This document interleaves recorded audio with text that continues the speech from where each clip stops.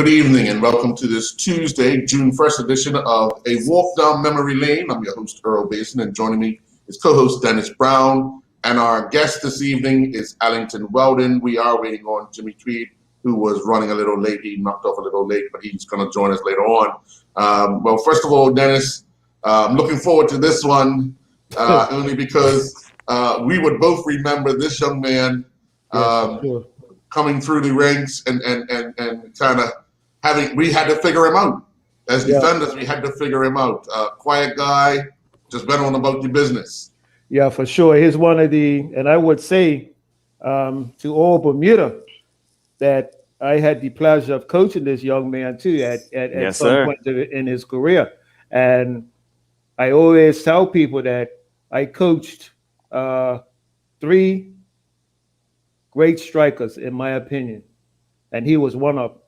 Wow. So we'll get into that, a little later on. So it's good to have him, on this show because when it comes to character, there's not too many better. You know what I mean? On and off the field.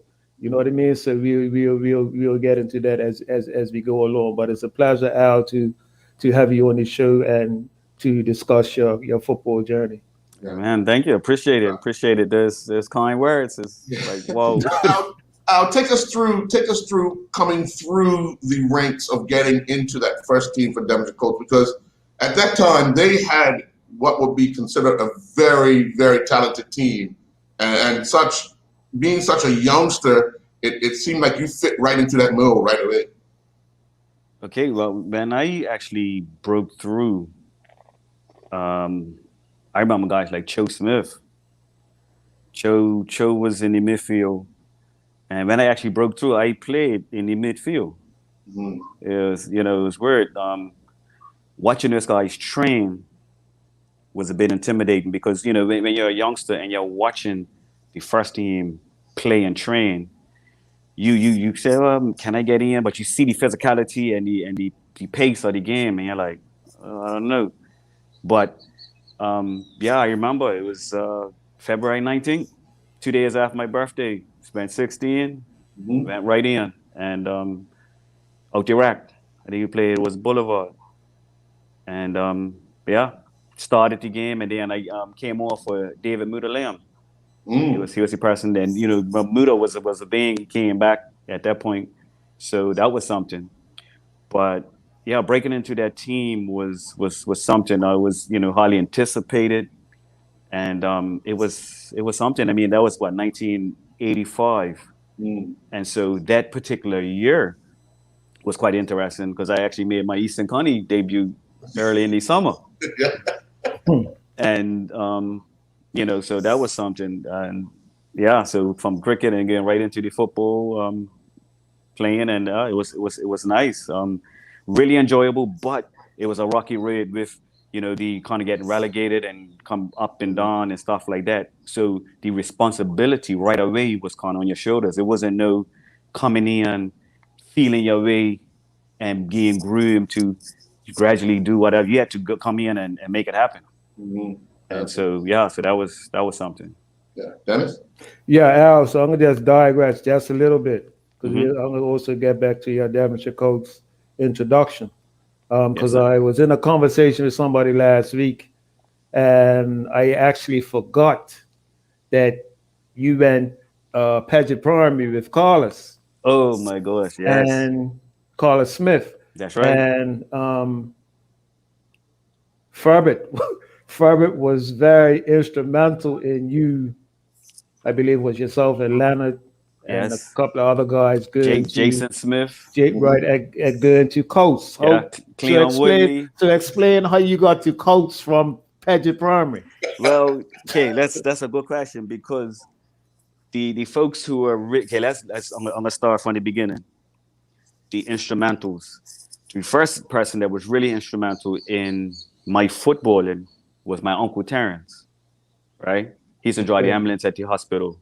Then had Drea, so people probably, Tilly, they used to call him.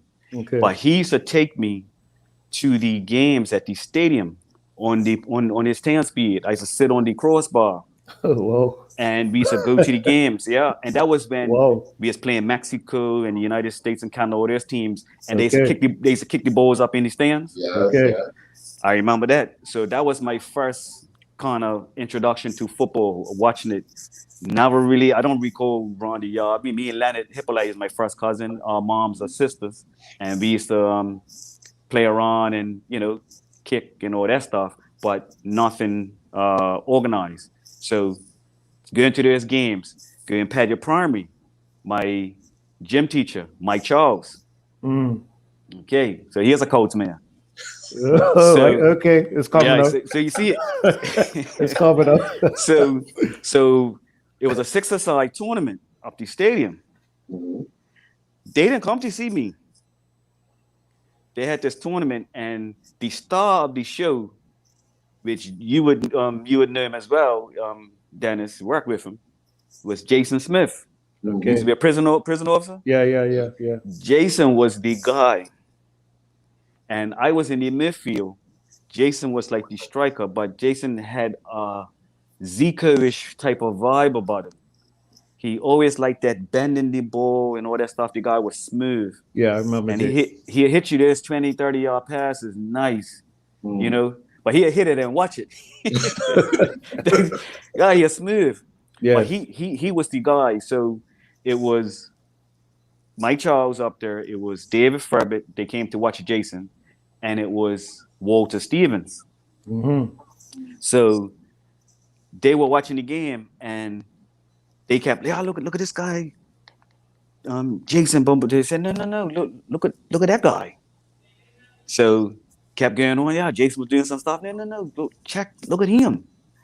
And so, David Furbett was telling me the story. And they just kept watching. And so afterwards, they asked me about, have I played any football? Would I be interested? And I was like, okay, I guess so. So they asked me to come down to Frog Lane. And I was living North Shore at the time. So he said, come out there on a Friday night.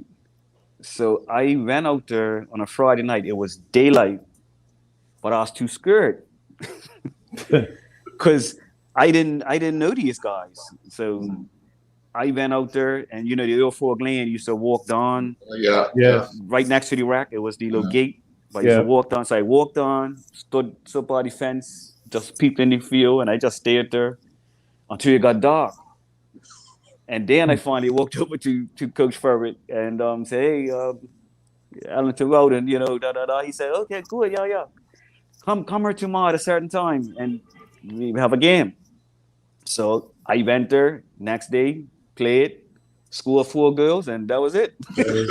Whoa. So, Whoa. yeah. You man that recruited in a primary school. Oh yeah. Furbett was good. Furbett So- was his first scout in Bermuda, man. Yeah.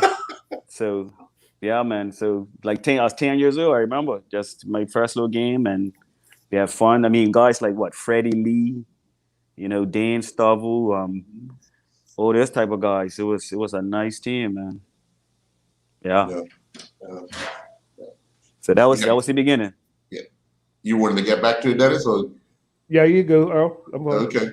But after that experience of in the youth team, kind of playing, were you comfortable right after that, or did they kind of embrace you right after that? Because obviously you didn't know them, they didn't know you, but you scored 4 goals, so you're this hero now.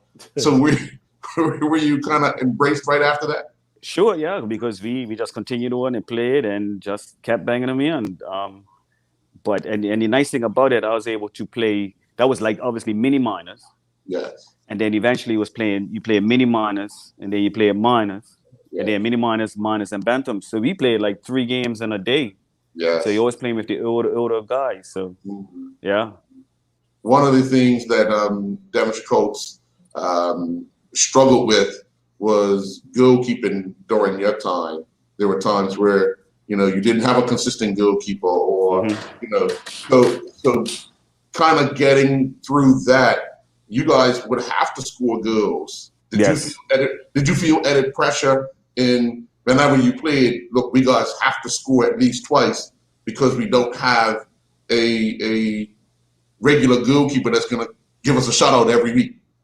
Yeah, that's real talk. I mean, no disrespect to our keepers, because we had some and they did the thing, but yes, that was an issue that we had, and it was pressure that you got to score, because at some point we probably would get breached. So you have to make sure that you're going to score. Yeah, absolutely. Dennis? Yes, Al. So one of the things I'm going to say is that people talk about football or sports builds character, but it also reveals character. And Yes. one thing that I noticed about you right away when you came in, because when I first played against you, as a son I have, I used to talk a lot of trash, especially to young guys. Don't come down here, not embarrassing me and all that. Yes. You know what I mean? But you kept a calm demeanor. And I would say, like I said, you're probably one of the best 3 strikers that I coached. And you are a very good all-round striker, meaning you could play with your back to goal, you could play facing the goal, you had great movement, and you are also a predator in and around the box. And like I say, you are a predator, like you are a natural goal scorer. But where did that calm demeanor, like it was like a Jekyll and Hyde? Because if somebody told me one day, you're possessed when you go in the field because you think you have to be an auditor. Where did your calm demeanor, where did that come from? Like, because you, like I said, you are a predator, but you are a predator in a calm way. Where did that come from? Oh man. I think it's just being born with just I don't know, it's nature versus nurture. Growing up, we Lana and myself and all of us, we grew up really like the Williams Estadias down Mogo's Hill. Oh yeah. On the top of the hill. Okay. Beautiful place. And my uncle Willie, who played for Flats, all we guys up there, it was beautiful. It was like Little House on the Prairie. So you guys had girl spoons there. Was that? You guys had girl spoons there. You had girl spoons. No, the complete opposite. Okay. They were wooden. But hey, it was so like it was like serenity, meaning we had like outside furniture, like where you had to take logs and take the stumps, cut wood, make the bench, and then the back. We used to have that and sit off, and you could overlook the like Sayre, Vermont, and also from there you can see the tankers going across, and also you can see Southampton Princess lit up at night. Okay. So we just grew up there. It just garden, the chickens. It was just nice, man. And so the first 11 years of my life was that, and just simple living, man. Like it was just like, and I guess just the family vibe. It's that's just me. I'm always been like, I guess you're talking about the Jekyll Hyde. I can be by myself and with no problem, and I could be around people and just roll with people. So I just can adapt. I can just roll with how I need to roll. Right.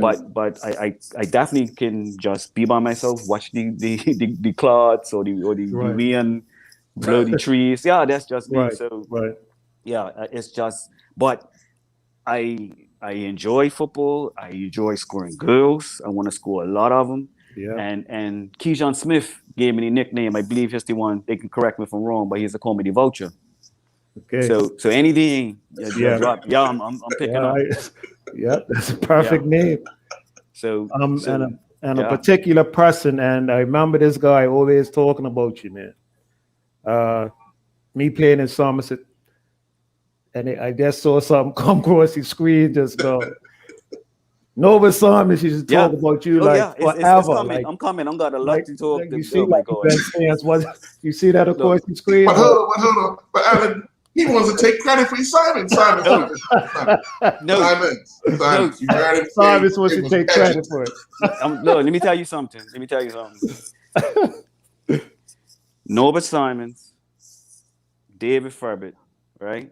Yeah. And even with Jimmy Tweed, Jeff Richardson, those guys helped to help me personally. Like they just took me under wing and made sure I didn't have the fall into the trappings of the first division life.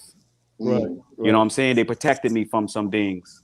That's good. But when I was in Sands, right, Norbert really, and people don't realize it, and I mean he still does it up to today.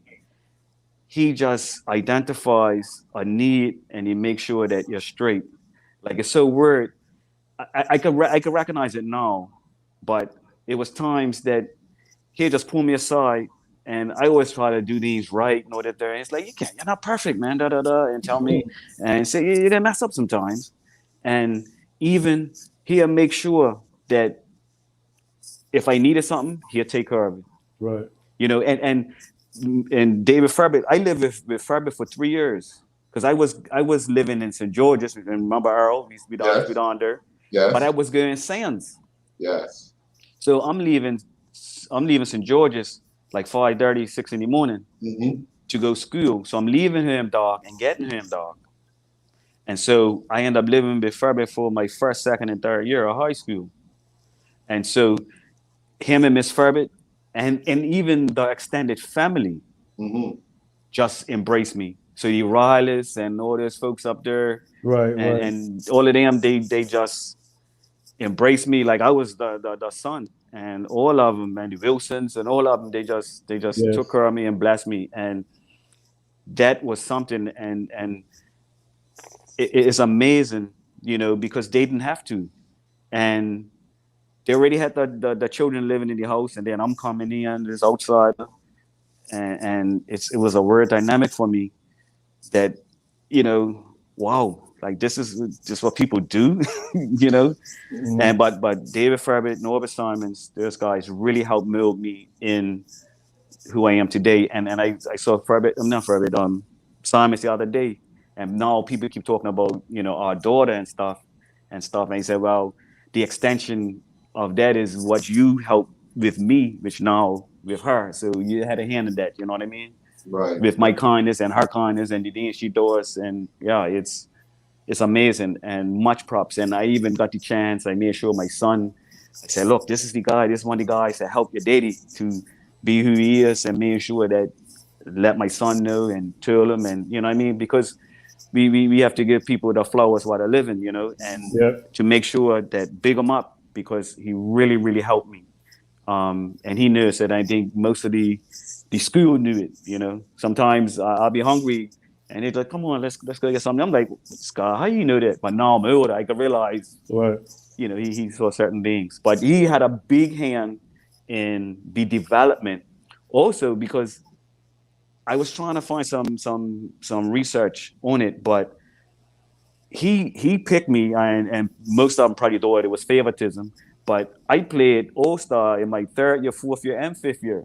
So I was like 13 when I played my first All-Star game, and that was pretty much reserved for fifth years. Right. Yes. And so that kind of helped, because if you're playing against guys who probably were playing first division at that time, so that's at 13, and then another year. So by the time in 85 and I went 16, you kind of were familiar with somebody as players and playing against them. So that was a kind of a help with the transition. And so that was something that I don't know if it's a racket. I don't know if it's the youngest or whatever, but it's, you know, it's something to, you know, I'm like, okay, I'll take that. Yeah, I could tell you now, he was trying to get you up Somerset, but it didn't work. It didn't work. But Dennis, hey, he won't make no comments about that. No, but look, but check this out. Let me tell how bad it was, and he'll probably tell you this. That I think one game we guys actually wore some of his jerseys. Oh wow! So I think I remember watching. Yeah. Oh, wow. Yeah. Yeah, it's two young guys that I try to encourage Norbert to bring up some. It was you and Carlos Smith, but Guys wouldn't bite because college you actually stayed on Hog Bay level Oh wow. and go play for Dannyton and stuff like that. So I Right. saw you guys qualities, in your sales days Yeah. and all that. Hey, but I actually stayed up. Remember the bus strike in what was that? 1980. It Yeah. must have been 80. 81 81. Okay. 81. Yeah. General strike. Yeah, Yeah. it was a general strike. So Yeah. I actually stayed with well, she's in my class, Donette Smith. Remember Terry Smith used to play for Yeah, Wilcox? doing that. Yes, Mm. yeah. I stayed with her for the time we he had the strike and everything. So Okay. yeah, I had a little Somerset link. So it would have been a big stretch. So Dennis didn't know you were staying in the Yeah, neighborhood. I didn't know that. I didn't realize that. Whoa. yeah. Whoa. But Al, how much of that experience in Eastern County helped you for that first game at Devonshire Rec? Wow, because that was pretty big because what Neil Gibbons played, it was Chris, Charlie. No, was Charlie there? Yeah. Yeah. Stan Smith Mhm. playing against all those guys. Yeah, those experiences kind of help you to deal with the crowd and all that type of stuff, and don't get too caught up and flustered. It's Right. like you're out there. The other people have paid for you to do what you do to the best of your ability to entertain and stay on track, because see some guys, they get caught up in the Yeah, crowd yeah. and all that. No, it's focus and do your thing. And it's so weird. That was my only season of really playing cricket because I ended up working at the airport, and I could kind of slip away sometimes to play football, but you can't get off to play cricket. And I like football better. I think I was probably, in my opinion, better at cricket, but I liked football. Mm. And so I that was, I don't really have too many regrets, but that's the only one that would be like, I didn't really take that and play, because everyone that I played with play a cup match, pretty Yeah. much. Yeah. The Clay and myself opened for a cup match Yeah. one year, and Hooks, Richard Basin, went to school with him. You guys played, Beaver and Albert Steed played Eastern County, Junior County with him. Mhm. Him and I opened 149 partnership done St. David's. Yeah. And all those guys, every one of them, Sluggo, Yeah. the Bob Jones there. So that's the only thing, but that certainly helped. Those experiences help you to break through and be level-headed, and that's one thing for me is just being level-headed, enjoying it, and like you're saying about just being calm and all that. I even now when I watch professionals, they react to people kicking them and all that. I'm like, what is this nonsense? Like, Right. you can get a yellow card for dissent because somebody kicked you, or the ref didn't call for you, and then you might make a tackle later, 2 minutes later, and now you got another yellow and you're off. Yeah. Yeah. It don't make no sense, and it's quite funny because me and my wife were just down to the store the other day, and Arthur West was telling her, it's like, does Al get mad? I never see him get mad. Right? And this just happened like about 2 weeks ago. He said, he remembers a game that I was doing something, somebody kicked me, everybody else is mad. I got up and just dusted off or shook the guy's hand or done something that they're like, what's wrong? What getting mad? But you're just you. It don't make no And sense. one to me. fall. Whoa. That's it. It don't make sense to me. Just move on, and and I kind of looked at it as you getting in the other person's head, because they're trying to nibble at you and do certain things, and then if you just keep going on, and they're like, what am I gonna do to this guy to rattle him? Right. Mm-mm. Well, And Al, let's just- take a quick commercial break. When we come back, Dennis, you can ask your question. We'll be right Okay. back. Cool. Yeah, man. Spring has sprung, and it's time for the Friends of Hospice Butterfly Blast annual raffle. The butterflies are emerging bigger and better than before this year, and there's over $40,000 worth of prizes to make things more exciting. 3 Caterpillar raffles containing $1,000 gift certificates leading up to the main draw. There are multiple chances to win, so buy early and increase your odds of winning. So spring into action and get yours today. Check our Facebook page, Friends of Hospice Commuter, for details, or call 232-0859. Lindos, why go anyplace else? Well, people are letting no secrets out. You took my bed on that side. Oh my God, Norman. People are letting no secrets. What's going on? You got it, Norman. It's coming out. What's going on? Talk to me. What's happening? Hey, just you took to, the bed over that side. I'm telling you, Huh? that's Norman Derlin. Remember Norman from? Yeah. Yeah. Well. So what's that? What did he say? You took my bed over that side. All right, Norman, you're dressed this. Oh my Can't gosh. keep no secrets, man. Oh my gosh. Don't do nothing up Somerset, man. Hey, now check this one out. I never asked you to come to Somerset, but I you don't dressed believe him that. up in Somerset gear. I don't believe that, Big Toe. Oh my gosh. All That's right, funny. go ahead, Dennis. Yeah, Earl, just to reiterate what you said about being kicked and stuff, because that's a pet peeve of mine when I coach.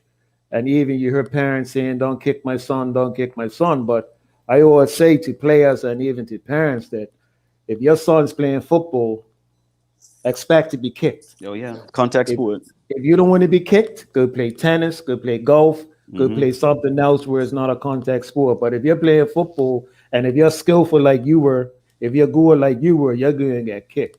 Yeah. You know what I mean? So that's what players have to take into consideration because, like you said, retaliation to me, it's selfish, Unacceptable. unacceptable, it's selfish. And me as a coach, I always tell my players, you get sent off for stupidity, I'll give you another game. Yeah. You know what I mean? So, think of the team and don't think of yourself. And the way you retaliate is put the ball in the net or you stop a striker or something like that. You know what I mean? So, Yes. retaliation to me is total selfishness on behalf of the player. That's right. Just play hard. Play hard. Because that's I know that I've made some tackles that probably we all have. some guys have felt, but I'm not going to go into, but you just play hard. We all have. Earl was dirtier than me, but at the end of the day, Ow, tell us why, Al. Tell us why. But Earl, I You know, don't I use remember conversation that. all the time. I don't remember that, Earl. Earl and Neil Painter. Oh, well, Neil. Okay. Yeah. All right, let's move on. Okay, so Al, you've always been somebody to be fit, always be fit. So what was your fitness regime like, when you were a player? Like, did you do extras or did you just train twice a week or 3 times a week when your team played? Always extras. From young, even when I was a youth player, it was extras. Living with Coach Ferbert, he had a nice yard. I used to go out there and just dribble, control, 200, 300, 400. Okay, now 500. All right, 600, 700. Work your way up to 1,000. Because what that does, as we know, it works on your touch, but it works on your fitness as well. Mm-hmm. And like now, if I do 150, my legs are burning. I'm like, wow, like 150 and my legs are tight. So to be able to do 1,000 and then do something else, you know what I mean? But fitness was, and I was just talking to my son yesterday or the other day, we were saying about extra fitness. Whenever we used to have those little kicks at the middle of the game on the field, whenever the ball goes down to the other end, I'd always go get it. That's extra running. Just go, nobody wants to get it. So you just go get it. That's your extras, boom.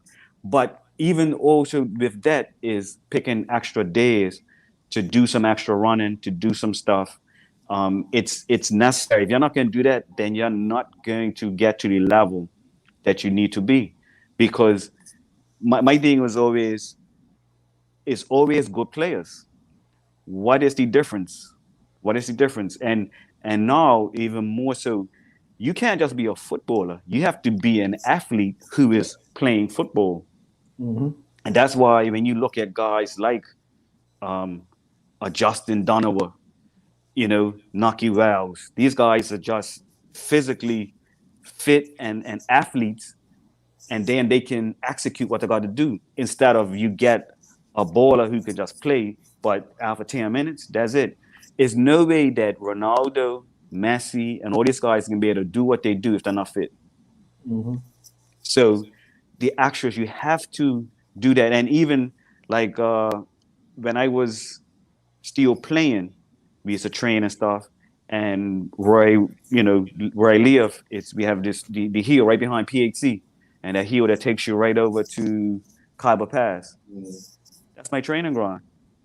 We do sprints and shuttles up and down the hill and all that. There's extras. And you're doing it incognito because not too many people's going to see you. Right, right. So, I just came just from doing that before I came up when I hurt. I'm still doing it.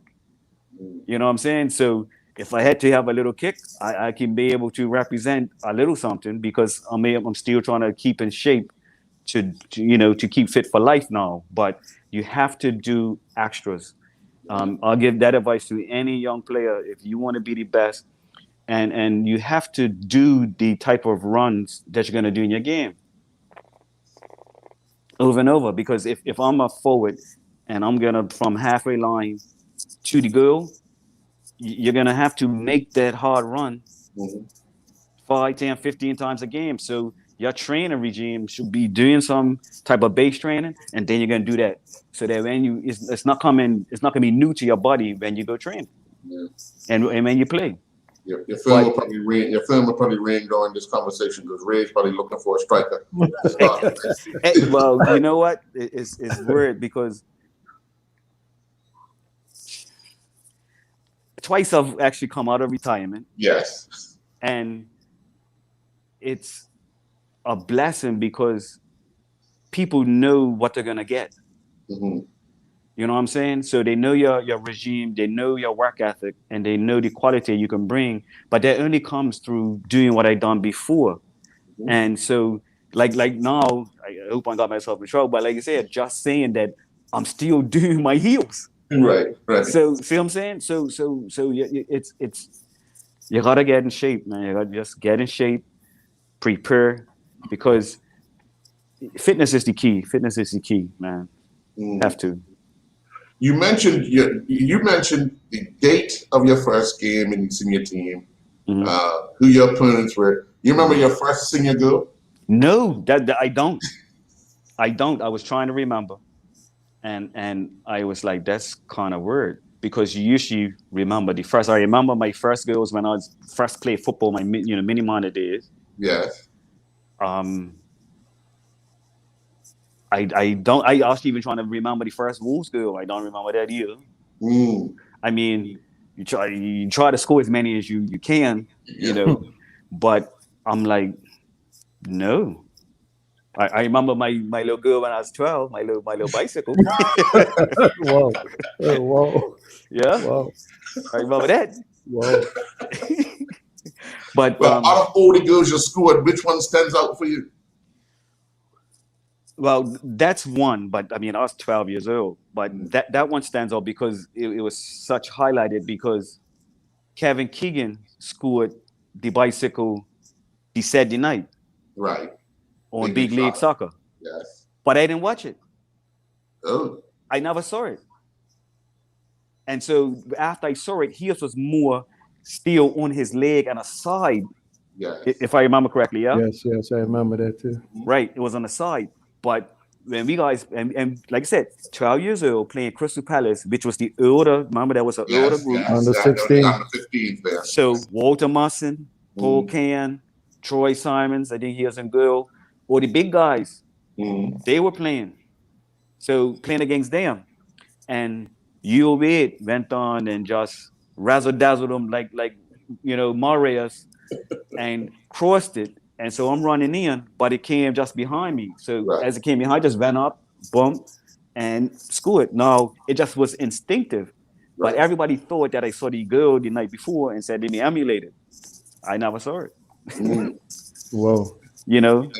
But I've some really nice ones. Out Iraq was some good goals. I remember taking a free kick. Actually, one of the most memorable ones out Iraq was a commercial goal. Yeah, because it was that game that made the guys decide. I think Ray and Jay were the coach at that time. I was just playing commercial, and I think I scored like 4 that game. And then they asked me, well, the FA is coming, boom, boom, boom. But we was playing Cougars, I think, and right outside the changing room, Right. the far changing room, closer to the wall, Yeah. the bleachers. Yeah. Ball came, I chested it, flicked it over Tuba's head and just struck her, and she ran in. So, Wow. you know what I mean? But now that I'm talking, one memorable girl was I got a hat trick against Somerset or Frog Lane. I'm not sure. I don't think Dennis didn't play that game. I probably wouldn't have got the hat trick. No, it's retired. Yeah. you know. but it was UOA again. Yeah, you was good. Went on the right, and he crossed the ball in between 2 defenders. And I was running, and as the ball came within stride, just hit it in stride on a volley. And like to try and do that, you probably mess up 99 out of 100. Right. But it was just another instinctive thing, just as it came across. Like I said, just running and put your foot out and just finished straight on. And it's like, wow. So that's one of my, the better ones I can remember. Some others, they might have some other memories, but that's the ones that come to mind. Dennis? So so if I bring you, so now you're in a classroom with a lot of youngsters now, just explain to them the rule of a striker. Like what would you look for if you're scouting a striker today? What are the things that you'll be looking for from a top striker? What I would look for in a top striker is his positioning, because the movement is key.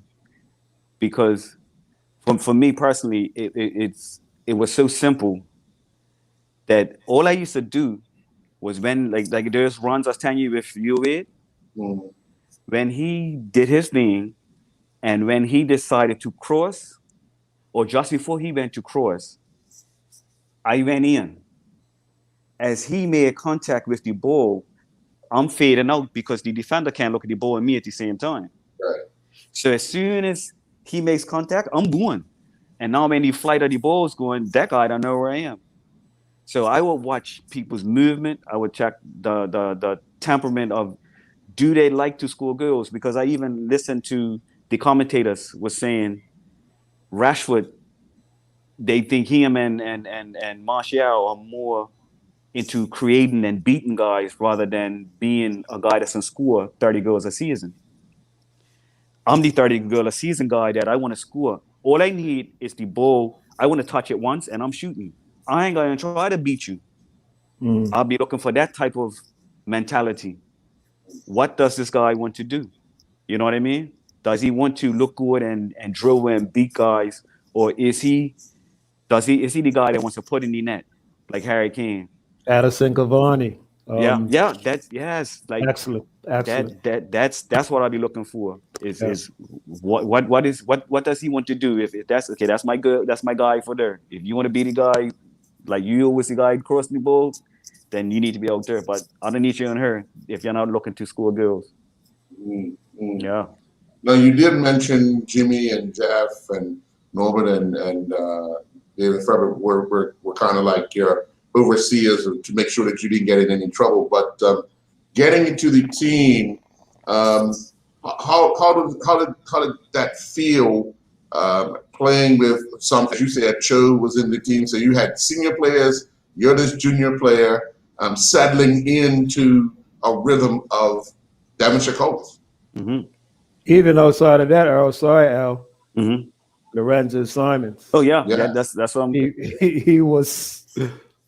Hey, that was my hero. That was my hero, really. The guy is a scientist. Like people talk about Van Dijk now. To me, that was the Van Dijk. Damn. He was way before his time. Way before his time, and I'm still trying to figure out this guy.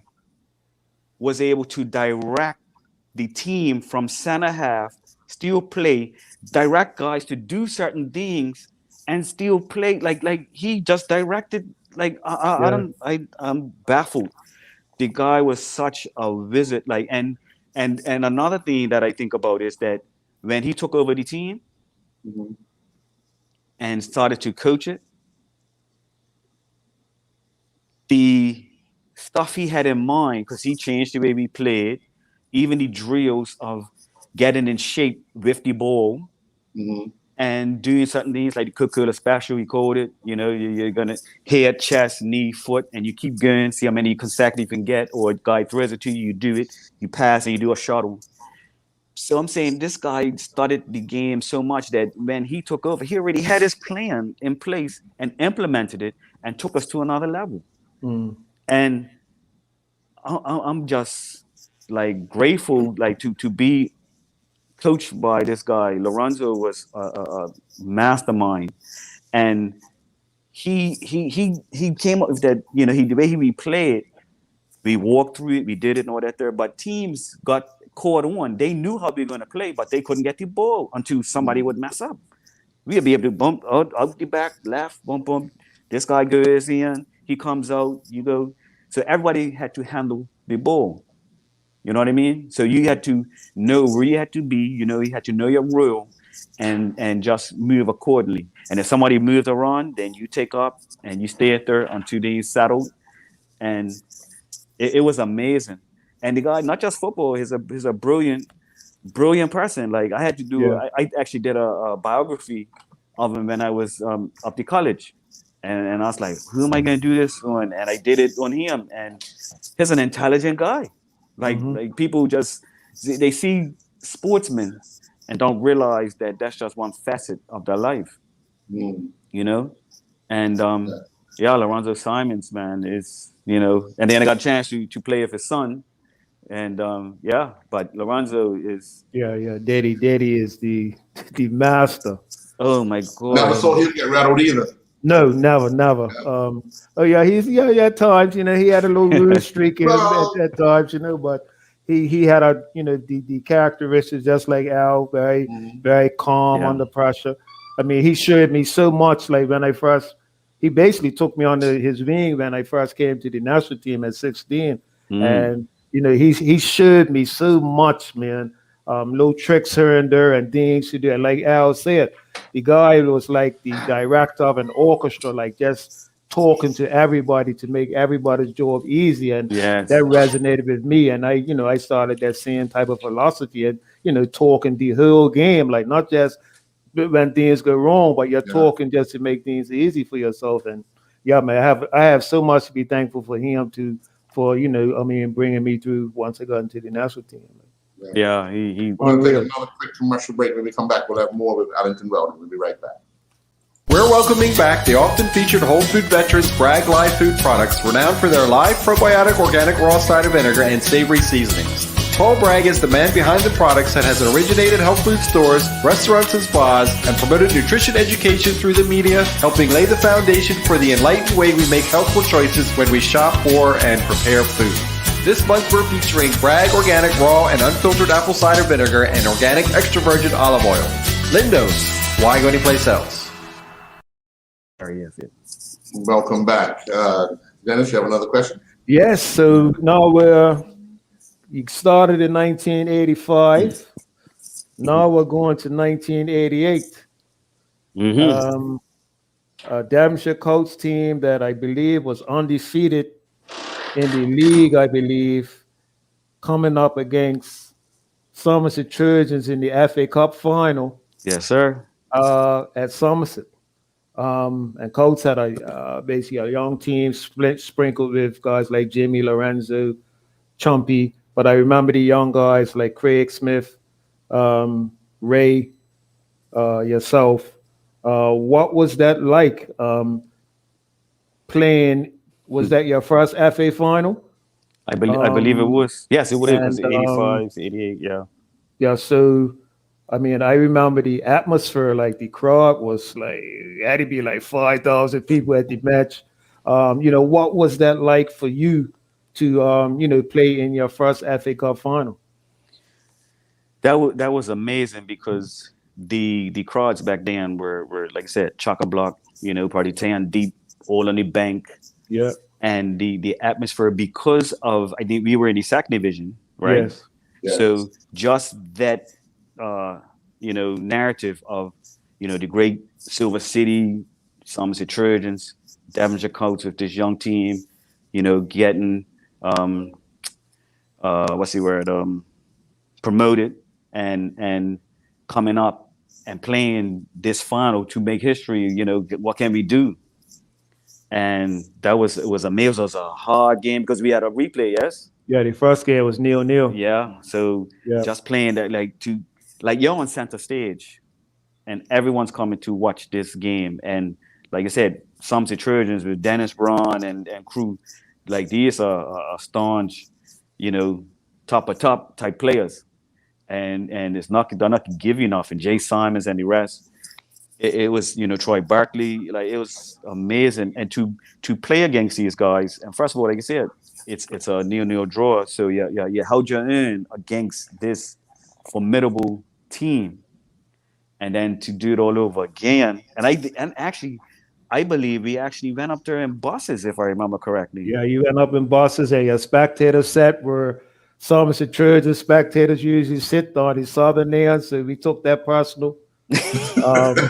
We also took personal after the first game. Fabric said something in the press that just gave you ammunition. Yeah, really motivated us to go on the video replay, and you know what I mean. And what the thing is that you guys went ahead in the replay. Craig Smith scored the first goal to put you guys ahead. And Troy Barkley, God bless his soul, scored the equalizer, and then scored the winner with like about 5 minutes ago. But I would never forget that because of the atmosphere, like the banter between Devonshire Colts and Somerset was like unreal. You know what I mean? Yeah. But, And I remember one incident from that game. I remember getting the ball and holding Dennis off, right, Earl? Yeah. Shielding him. It must have been 10 seconds or something. It felt like 30 minutes. You're gonna feel me, baby. Yeah, it was like, oh my gosh, I remember that clearly. It's like, wow, but that was battles, man. That was battles. No, we just wrote something on the screen. You came in buses and left with a bus. Yeah. Yes. All right, Victor. Yes. All right, Victor. Yeah, that was Norbert was actually the coach of Somerset. Yeah. So we talked about that when he was on the show. Yeah. As well.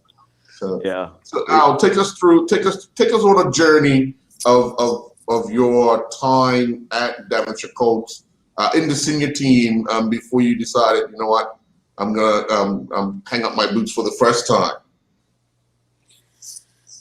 A journey, okay. Mercy. How specific this journey? How you? Well, just how you saw yourself helping this team reach goals that they reached while you were playing. Yes. Okay. Well, like I said, coming through, getting a debut, playing, and like I said, making the adjustment to the first team. But like I said, you have to wait your turn. And that's another thing that a lot of guys probably don't do now. Like if they can't get in, they want to move. I always wanted to play up front, but maybe they didn't feel I had the physicality at that time. Because remember, you're looking at Dennis Braun, you're looking at Hotels, Bigger Richardson, and all these guys. Yeah, all these guys, Bigger Richardson. Phil Pot, all that. Yeah, Phil Pot, Mike Deal, Nails. You had all these guys that you were going to play against. So, to being isolated against them, maybe they felt at that time wasn't a wise move. So I played in the midfield a lot. But the journey, like I said, up and down with second division and first division, playing, really enjoying it. But then I actually I was going through some clippings, and it says I stopped for a while. I went missing. Well, I guess because I was working at the airport, got a new job, it said, and I wasn't playing for a while. The media was wondering where I went. after coming on the scene and breaking through and doing certain things. And it's quite weird that it takes time, because from 85 and then 93 and 94 getting the golden boot. So, you know, you're looking at the maturity and then playing in the role that you like. And now you're growing a bit, you got a little stronger, a little more muscle mass. And now you're able to hold your own against the Wayne Campbells and all those guys and do your thing. And so, you know, but the thing I always say, you know, Kyle scored 33 the season before that, and then it took me 2 seasons to score 33. Wow. 18 and a 15 and an 18. You know, Whoa. Yeah. But that was the standard. And truth be told, you have to look at your teams as well. I mean, you look at the team he played with and the service, and then, you know, with me being, you know, the central guy to actually hold the ball up and lay it off and then get back in position. So yeah, it was, you know, so you have to look at your teams as well. But I say, you know, I'm happy with those results, and you know, I just love to play football and enjoy the game and just do it. You know, I remember the Earl PAC Stadium playing against PAC, and guys like Wilston like 2-0 or something. And guys like, oh yeah, it's over now. I say, hey, it's not over until the 90 minutes, man. And then after that, boom, we end up winning the game. Like, so you just play and enjoy the game and do what you can. So actually, that first time is when I left and then I went to Wolves. And it's weird because I won the league once with Coates. And then when I went to Wolves, we done our thing. That's when I met up with Dennis. That was a good experience too. And Dennis could tell you we had a really good team as well. Oh my God, I really enjoyed that time. Those 2 seasons were really nice. And I'll get into that right now because I coached Wolves from 94 to about 2001, I believe. And the first year, got to the FA final my first season there. Lost to Boulevard 3-2 in extra time. Didn't get promoted. The second year we got promoted. And once we got promoted, I knew that we needed experience. And I knew that we needed a genuine goal scorer. So did a little history and did a little research, and you know, found out that Al had some relatives in the Wolves area. Yeah. Al and I learned from Fabric and Jim Baxter. So you know, the first 2 that I targeted to come and assist was Allington and Leonard Hippolyte.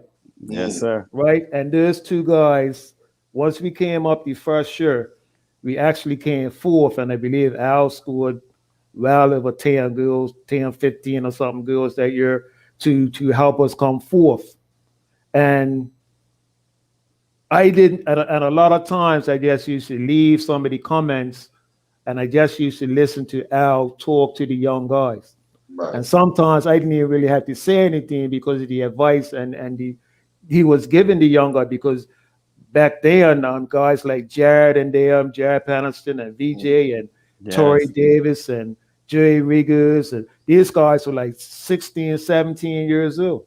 Yeah. So they needed Leonard, they needed Allington, you know, to come in and give them that, you know, senior advice and stuff like that. And Al was probably the biggest piece that we needed that year, because he scored some vital goals for us, you know, that year. And, you know, the 2 years that he was there, you know, he scored some vital goals for us.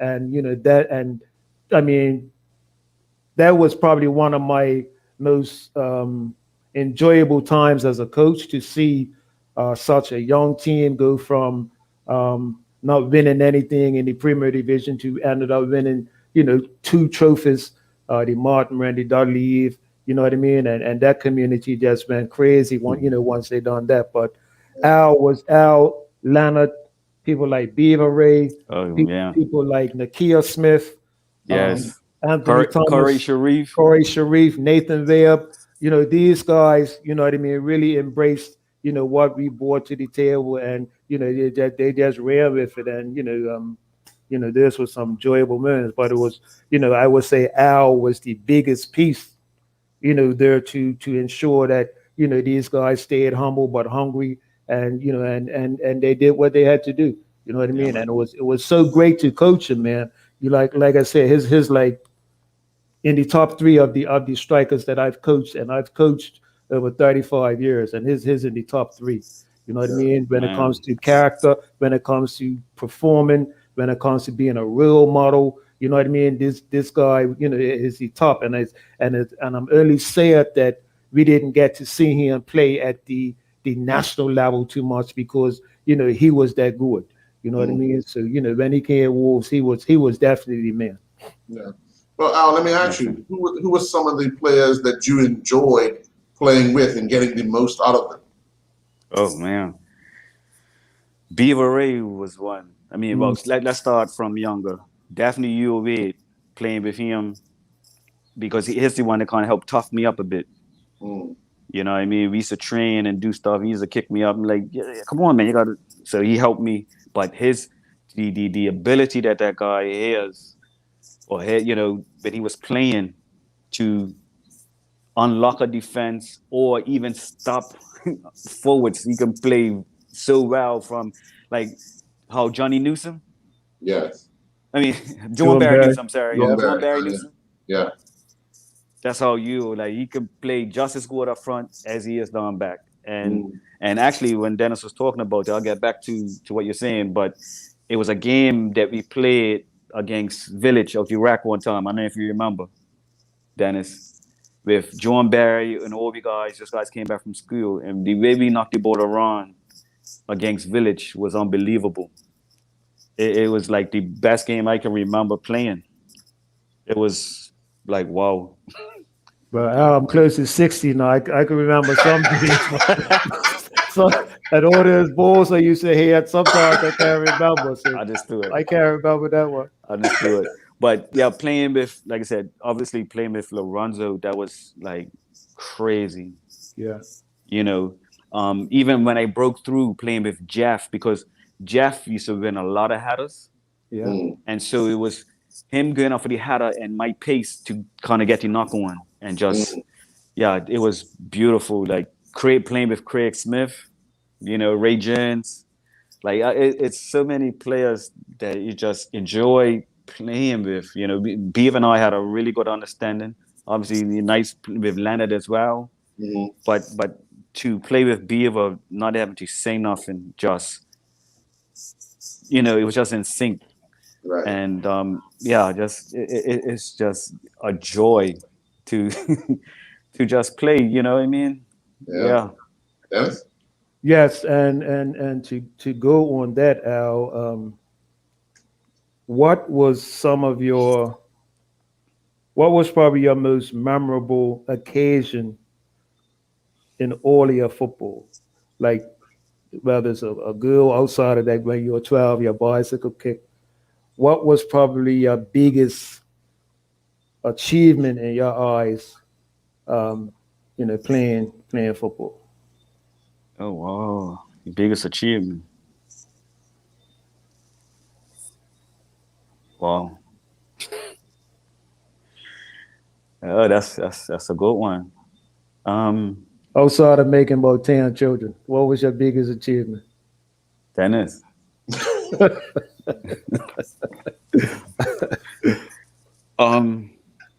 Football biggest achievement, I don't know. Well, memorable. Yeah. I guess.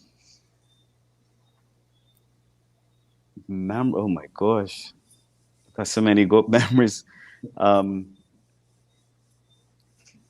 Even I guess one good memory is when we guys actually Coach Faber took us to England and Scotland. We actually played at Celtics Grand. Played the juniors. We beat them 4-1. Then I got 3, and Herman D. Shields got the other one. And that was a good experience. We actually played on the AstroTurf, and they had to vet it. And so playing against them, like I said, I see. I look at it like this: you have 2 types of players. You have domestic players, and then you have international players. Domestic players, in my opinion, just play, whereas they know Earl's left-footed, so they can do that and whatever, and they bank on that. But international players have to play the proper way all the time, because I don't know that player. Is he fast? Can he head well? Is he left-footed, right-footed? Can he dribble? So you have to play proper all the time. You know what I'm saying?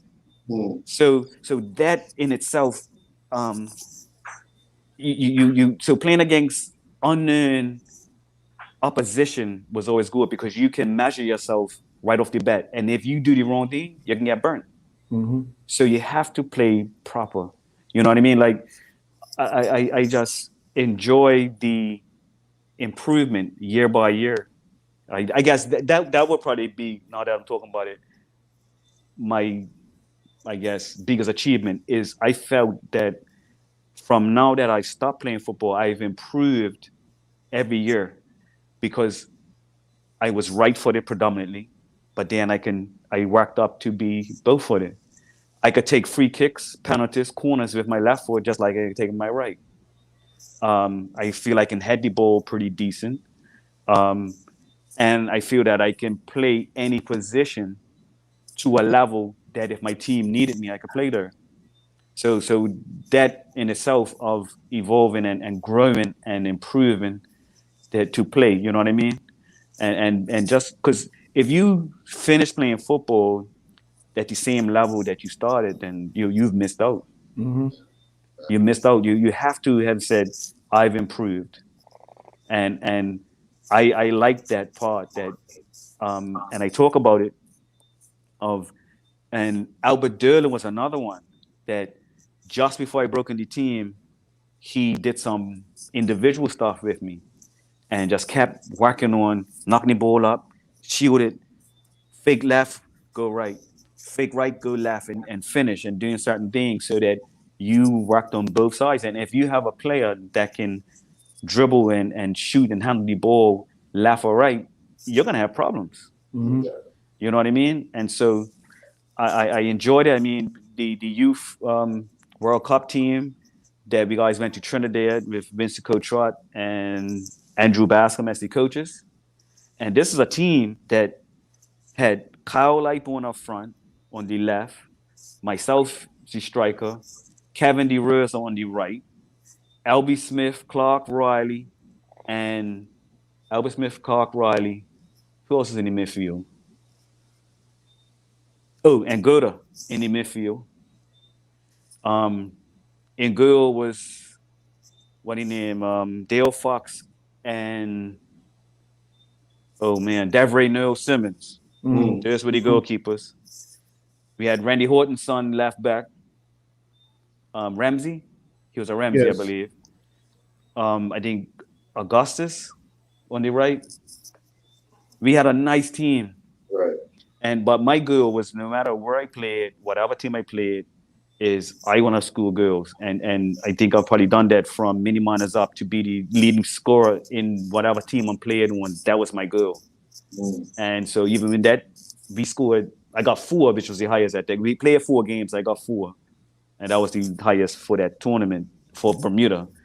But yeah, that was always my goal, is to score as many goals as possible and just keep banging them in to help the team win.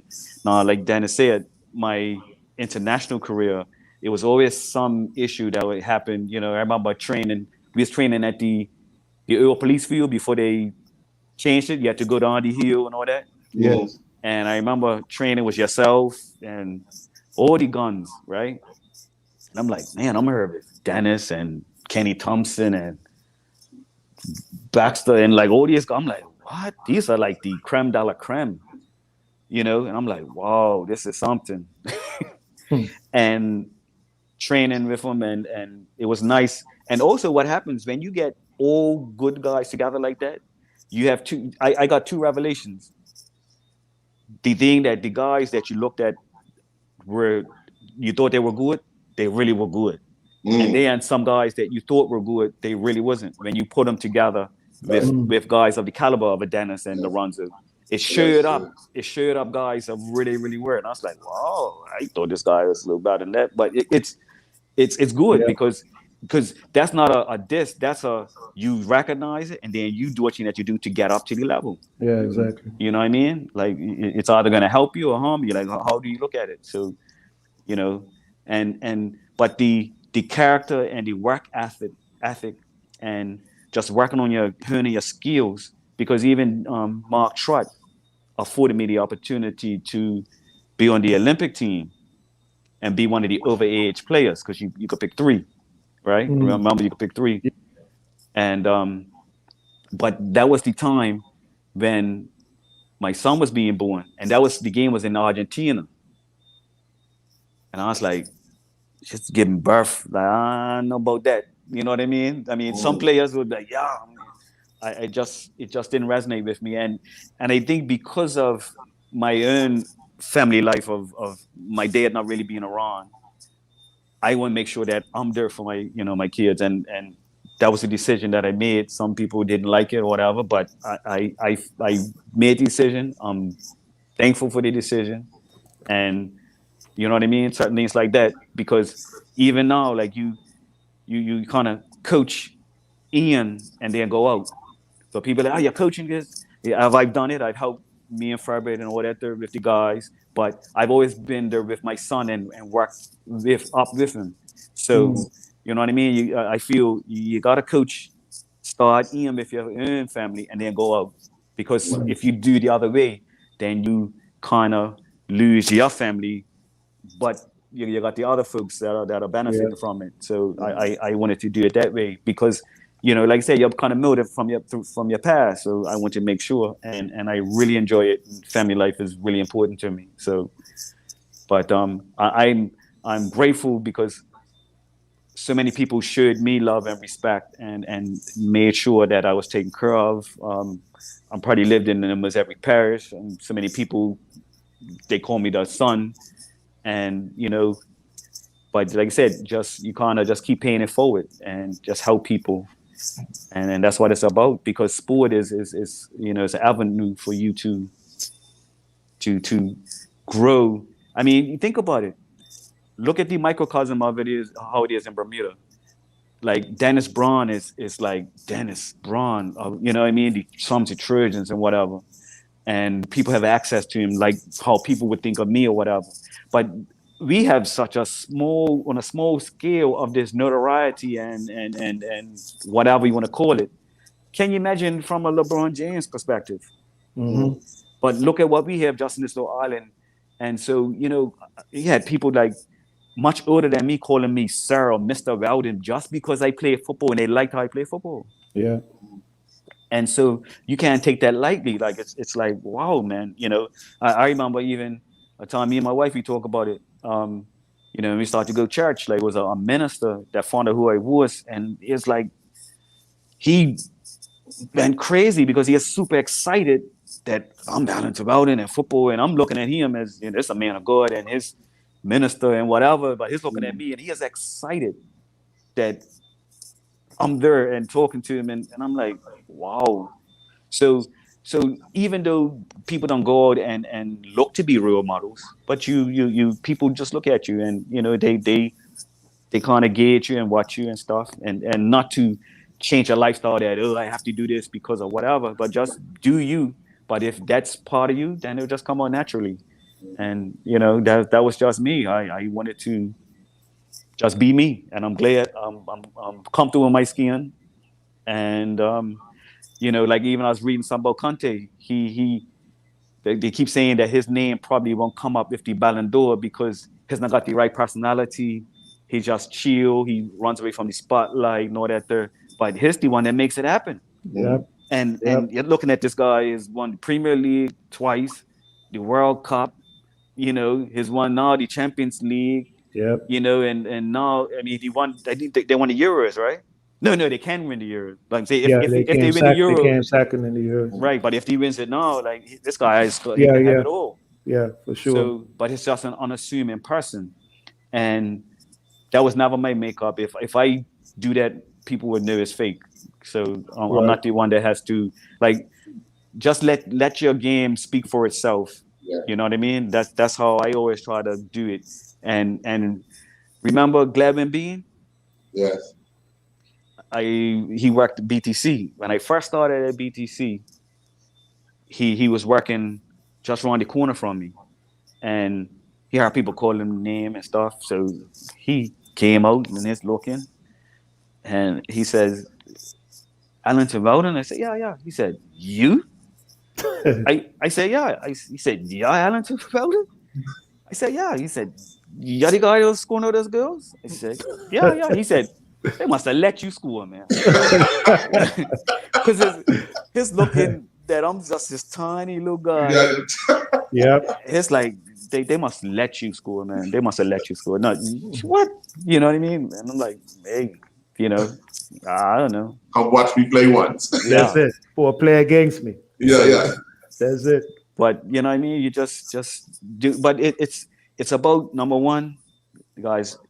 How much do they want it? Like I always thought as well that, remember the Kyle, the Goda era with David Bassman, this guy's professionals, and then we had those guys that were overseas, and they had the domestic players.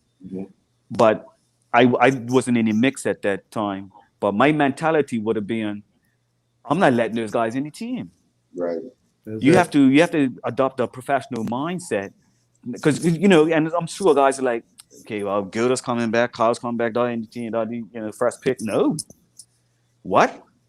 You're gonna have to step up, do what you need to do to make sure that you're in the picture, and make it difficult that you're gonna get picked, and one of them is gonna have to sit on the side because I can do the job, and it takes. I used to do some crazy stuff. Like when we was out Pro Glen, and as it got dark, we used to walk away. Me and you, we used to walk away from the upright, and walk to the where you it kind of gets that dark, but you can see what you can't see.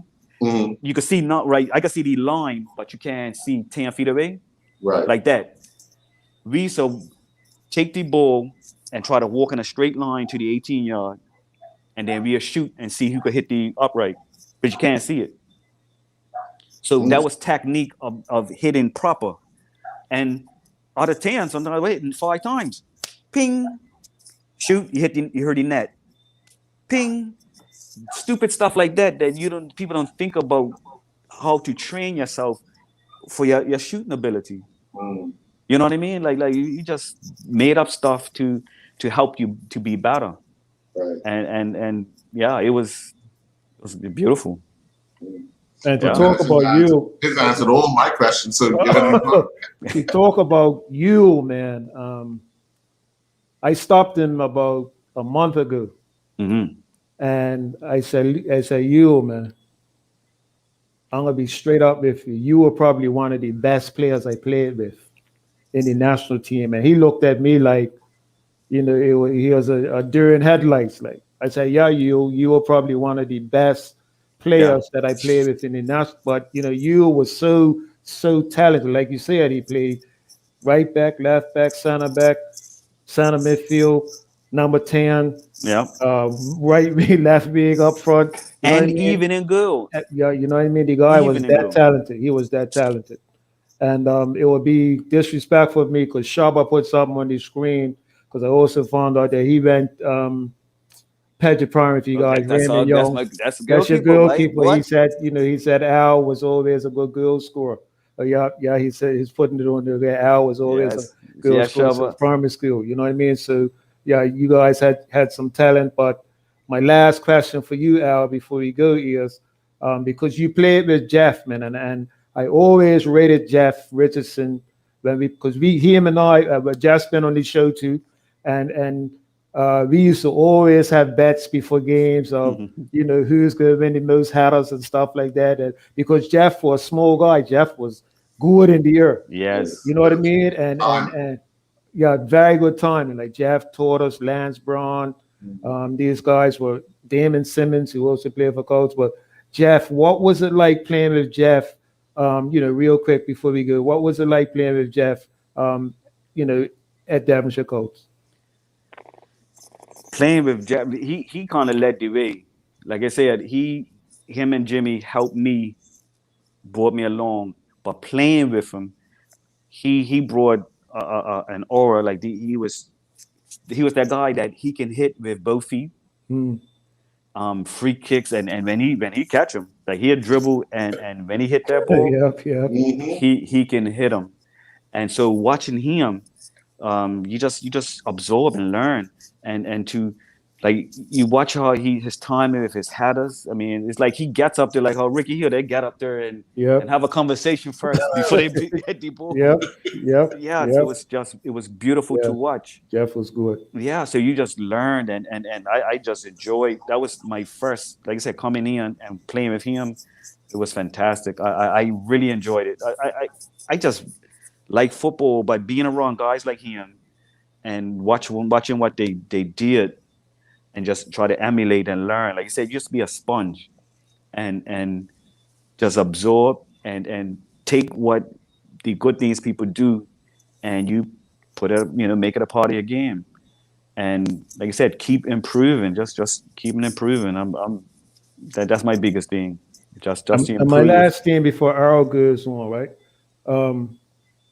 You coming in at 16, because I remember coming in at 16, Mhm. and I was so much in awe, like playing with guys like George Berman, Trix Richardson, and these guys. And like you said, you're a sponge, But I look at the generation now. You're coming in, and you have so much to say, But when in our era and before that, you're coming in at a young age. You just sit there, Mhm. take the advice, and just play. You know what I Yep. mean? So what was it like as a 16-year-old coming in?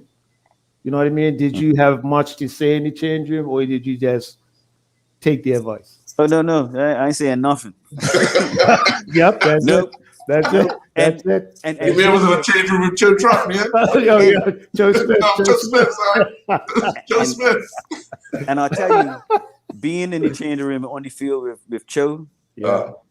like it was daunting, because he had no problem making all like wow, yeah, and you're like, oh, okay, yeah, all right, Yeah. And it took me, I don't know if it was that season, but he made off one time, and then he must have looked at someone and grinned. So I said, oh, it's not as bad. You know what I mean? Like all that time I was like, this guy's it's just rough. But then he smiled, and I was like, okay, all right, it's cool. It's not as bad as I was thinking. Right. But you don't come in there with older senior players, Yep. and you talking about you're gonna do this and do that, or say no, you just listen, and okay, because it was more than just football. That these guys old enough to be your daddy. Yeah. You know what I mean? And the dog doing the thing, and yeah, it's first of all, it's respect. You know what I mean? And that's the whole kind of passing of the torch of, it's like manhood. You learn, and yeah, your turn's gonna come. You're trying to come in and be the alpha male and the big dog right off the bat. Like, go sit on. Yeah. Yep. That's it. Yeah. Well, Al, I'm enjoyed this tremendously. I think you've taken people on a journey on your ride with Devonshire Colts, and even I gotta say through Sands and I want to thank you very much for your time, and we look forward to possibly having you back again sometime to reminisce with more of your former players, or even another opponent. Sure, yeah, because it's just so much. Like I said, you're dealing with so many years and so many members, and certain things that you can't even cover in one session. But thank you for having me. Like I said, man, you guys got through all the big wigs and all these small fries like me. No, hey, You know? No, sir. I appreciate it. You know, it's so many great players and people out there that have so much to offer. And like you said, people just see you as a sportsman. They don't really see the other side of you. And you know, it's nice for them to kind of be able to check this out or even go back and watch. And like you said, I'm thankful. I'm grateful. And we appreciate you. Yeah, man. Yes, Good All stuff. right. And Dennis, to what you said, from the Wolves perspective, because I know for your mom, you're going, yeah, like you say, you're 60, you're going 60. But the plaque that you guys gave me, and it dealt with character and stuff, and Right. and you know, it said something to the effect that, you know, when they were looking for this type of player and they're looking for somebody with character and integrity and this and that and all that, and then it ends with, you know, we found you, and it's like, wow. Yeah, that's a Like, special club, man. This guy's Yeah. over and beyond. It's like Yeah. beautiful. I still have it out. Like it reminds you that this is bigger than sport, bigger than football. You know, because you can help change people's lives and just how you interact and Yeah. do things. Just like how Coach Furbett and Simons helped change my life for the better in what they did. Yeah. You know what I mean? Jimmy and Jeff, like these guys, like even my what do you call the young player, not young player of the year, one of those award things. They took me shopping. I think it was 27th Century. I got this, you know what I mean? Like I'd have just went rugged, like Right. like no. Yeah, you got to dress up, man. Kid it, like so. See what I'm saying, so helping the youngsters along the way, and those things are life changing. Yes. And so it's Sure. more than just about football or any sport. It's things like now I'm talking about, you know, in my 50s now, of how they impacted me. And Yeah. so you can't take those things for granted. And you know, it hasn't just gone on deaf ears or you know, void. It's got good ground, and it's helped me to be who I am. And I'm truly grateful to David Furbett and Norbert Simons and Jeff, Jimmy, and the rest of them, and Yes. you know, Sandy Thomas and all those guys that really helped me along the way. You know what I mean? So Yeah. yeah, It's a pleasure, brother. thank That's you, man. another edition of Walk Down Memory Lane. We'll be back next Tuesday with another edition. Do enjoy your night. Take care, guys.